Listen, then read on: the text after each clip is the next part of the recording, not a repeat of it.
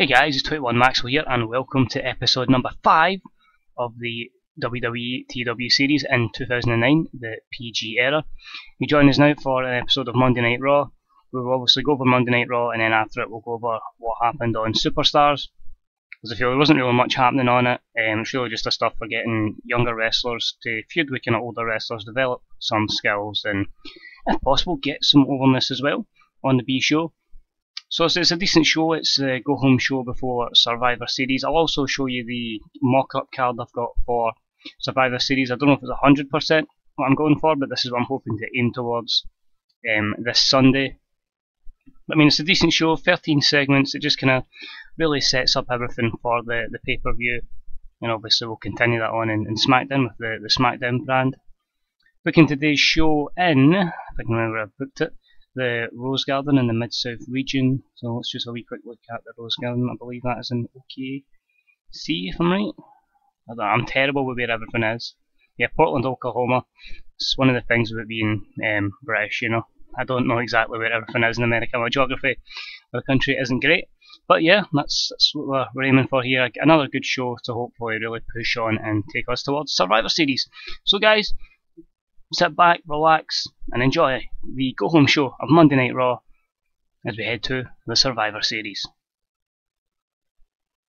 So we start off with Mr. McMahon in the ring, and he books tonight's main event, which will see the three men in the WWE title match, which is Triple H, Shawn Michaels, and the champion John Cena, and they will team up to take on the Legacy. An 85B+ here, perfect from Vince. It gives that authority figure on the show. It books the main event, gets us a high rating to start with, and DX and Legacy both continue their storylines to the appropriate amount of heat. So that's fine. Next up, The Miz comes out for an interview. Basically, Miz is one guy we're going to really look to build here.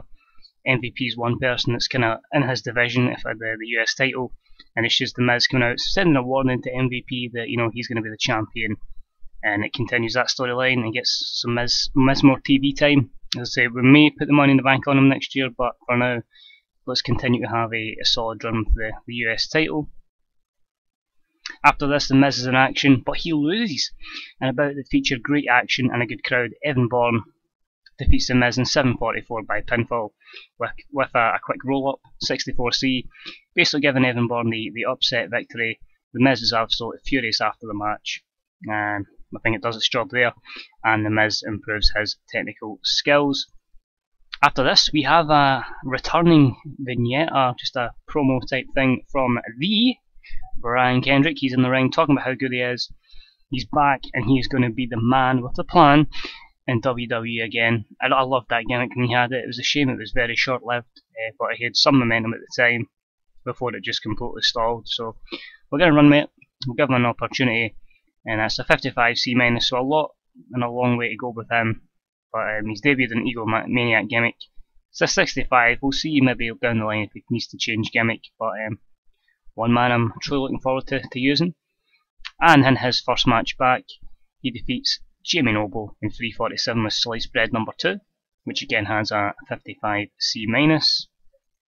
Jamie Noble's improving his performance skills, so that's good. So there will be plans for Jamie Noble, but at the moment it is best that we just use him to elevate other stars because he is such a solid in-ring worker. In the match, that had some good action, but not much in the way of heat. Chavo Guerrero and Maurice defeat Santino Marella and Kelly Kelly in 5:36 when Maurice defeated Kelly Kelly with a heel kick. 65C. The reason for this was Melina's in a feud with Maurice at the moment, but I believe Maurice needs some victories. So I thought, let's kill two birds with one stone, let's give her the victory, let's also continue the Chavo Santino feud that's given us, and this will elevate, hopefully, both Maurice and Chavo Guerrero, and then down the line we can look at giving Kelly Kelly a chance. I would like her to get better in the ring, but we'll see what I say. I'm just seeing out storylines at the moment, and then we'll probably change our direction after Survivor Series.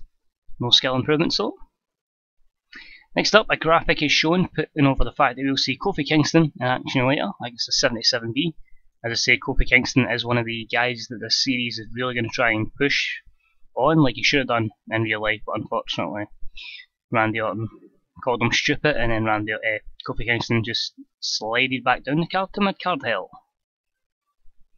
And then Kofi's in action. It's an extremely short match, but he beats Jack Swagger in convincing fashion in 4:33 with a Trouble in Paradise 64C. Shame it's still just a 64C, as it might take a while to book Kofi over, but I feel a couple of good showings at pay-per-views with Orton should certainly help him. Excuse me, no skill improvements there.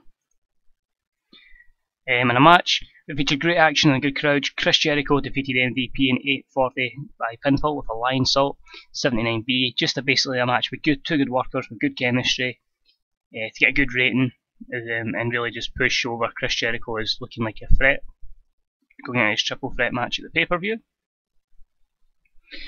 Then have the pre-match build before the main event. DX go to the ring and do their catchphrase. Both guys looking good. Continues their storyline and gets an 84B+. Really unsure what I want to do with DX. I've had different ideas, like the DX thing. I'd like to actually try that and give it a run, but really I do need somebody to step forward and fight Cena or fight Michaels or Triple H, give one of them a title, or I need really two feuds out of these three guys and bringing someone else into the forefront, so it's interesting to see how I go with it. And then the main event absolutely delivers, absolutely perfect, and I'm hoping this, even though it's a defeat, really does help Ted DiBiase, who's obviously in mid-card in this. But in about it featured great action and great heat from the audience. John Cena and D-Generation X defeat the legacy of Orton, Rhodes and DiBiase in 1958 when Shawn Michaels defeated Randy Orton by pinfall with a sweet chin music. During the match we also had Kofi Kingston run in and attack Orton. So an 89A, perfect match there. Shawn Michaels looking the strongest going into the Survivor Series, as if he's going to be the man that wins the title. Is Orton looking weak after being pinned by attacked by Kofi and him costing him the match, so that carries on that storyline. And it also continues the legacy storyline and gives them a good rating as well. So I think it kills a lot of storylines there, which is ideal. John Cena improves technical, Randy Orton and Triple H both improve technical as well, and Triple H improves his performance skills. After the match, Randy Orton and Kofi Kingston won't stop fighting, and despite the attempts from security to break it up, it's just an out brawl, so the match is finished, but they two continue to fight to the back, and that's an 81B. Kofi improvised well through the segment, that's good. Doesn't continue their storyline for some reason, but while this is happening, in the ring, we have the stare down. The cameras remain focused on the ring after the brawl to the back, where John Cena, Triple H and Shawn Michaels engage in a tension-filled stare down. Neither gives ground. One of these men will emerge from Survivor Series as the champion. But who? The 83B+. Cena's performance was good, Triple H and Shawn Michaels were a star, and it continues the storyline to the Survivor Series, giving us overall a perfect 84B+ show, and increases our popularity in 15 of the regions, which I'm assuming will be out with the US, probably targeting the likes of Australia, Europe, and probably Mexico, maybe Japan as well. Let's see here. So fantastic from the reviews, which is good. See if there's anything really here that's overly... Nah, nothing important here. Impact's on a Monday in this, which is interesting, so I'm intrigued to see how they do during the line. As this goes on, I'll probably look at FCW Decimation, because that's obviously our feeder company. So you get Brett DiBiase beating Big E Langston, Percy Watson defeating Leroy Morgan, and a skip between Darren Young and Norman Smiley. Rachel Lynn defeats Tamina, a skip between AJ Lee and Michael McGillicuddy. Eli Cottonwood, remember him, defeats Wes Briscoe. Daniel Bryan defeats Donnie Marlowe. Serena defeats Sarah Del Rey to retain her Queen of FCW title, with Skip Sheffield defeat Johnny Curtis, and Justin Angel defeated Kurt Hawkins to retain the Florida Championship. So a lot of guys in the main roster in present day in development, and a couple of guys that just really never made it, so that'll be interesting. The other thing, just to quickly recap, obviously I'll probably do Superstars this way from now on. I booked Chavo and Maurice to beat Santino and Molina on Superstars. We had the debuting Dean Ambrose defeat Kung Funaki, only a 13 grade there, but it's going to take time to build him up. We also had Seth Rollins debut as part of interfering and help Ambrose. A couple of promos, I think, with a Miz promo just to get him over. Then Triple H with a pre-match catchphrase before Triple H defeating Drew McIntyre in the main event. Again, a great opportunity to push Drew over. Obviously it is a losing effort, but hopefully him being in the ring with Triple H will help him develop and get him some more pop. So that's that. I say that's the last Raw. We'll get Claudio Castagnoli, that's fine, so we'll quickly get him a picture. Let's see, I'm not getting any. I think there'll be any Cesaros. It would still be under Antonio. Cesaro. Let's see, how did he debut? We'll put him as that, as how he debuted. That seems to be about right, we'll give him that. I'm still going to call him Cesaro. So I'll just get rid of Castagnoli and call him Cesaro. I don't want to call him Antonio Cesaro, I'm too used to him being Cesaro now. So that's fine, I worry about his gimmick and that when I plan to debut him, which I don't think will be this week. And the emails is just him leaving the various companies to join. A 008 on the box. We're down on Fox 8. We're the same on Sky Sports 3. We're down a bit in Canal 5. We're up on J Sports Plus, which is good to a 233. We're up to a 238 on the score.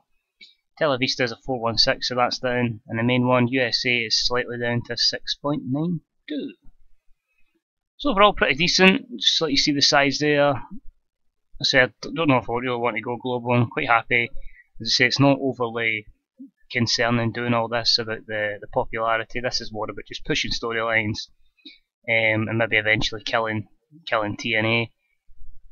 You know, it's just really just seeing how these guys go. With 53 million as well, I suppose we'll be fine, and maybe down the line I'll possibly bring in the WWE Performance Center. A lot earlier than it was in real life, but just to kind of add that wee bit of realism as well. But anyway, that's it for this episode, guys. I hope you enjoyed it. Coming up next, of course, will be the ECW and SmackDown Go Home shows before the Survivor Series. Until next time, if you enjoyed the video, guys, please leave a like. If you get any comments, please leave them in the comments section. And until next time, this is 21 Maxwell, and I'll speak to you real soon. Bye bye.